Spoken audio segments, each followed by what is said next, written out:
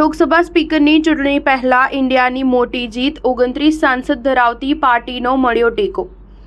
વિપક્ષના ગઠબંધન ઇન્ડિયાને હવે લોકસભા સ્પીકરના મુદ્દે તૃણમૂલ કોંગ્રેસનું સમર્થન મળ્યું દેખાય છે। એવા અહેવાલ છે કે કોંગ્રેસના સાંસદ રાહુલ ગાંધીએ પશ્ચિમ બંગાળના મુખ્યમંત્રી મમતા બેનર્જીને સમર્થન માટે મનાવી લીધા છે। અગાઉ એવા અહેવાલો આવ્યા હતા કે ભાજપે આ અંગે ટીએમસી સુપ્રીમો સાથે પણ વાત કરી હતી।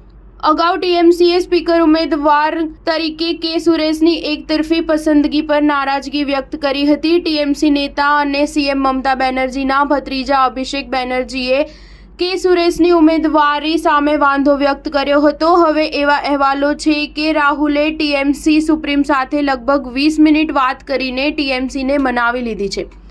કહેવાય છે કે ગઈકાલે સાંજે 5 વાગે બંને વચ્ચે વાતચીત થઈ હતી।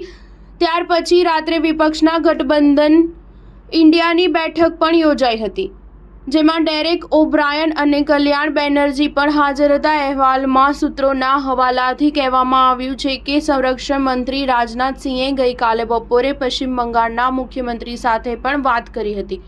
ટીએમસીના એક નેતાએ કહ્યું, બંનેએ સ્પીકર અને વિપક્ષ દ્વારા ભાજપ ઉમેદવાર વિરુદ્ધ ઉમેદવાર ઉતારવાના મુદ્દા પર વાત કરી હતી। સ્ટાર ન્યૂઝ 7 હંમેશા સચ્ચાઈની સાથે।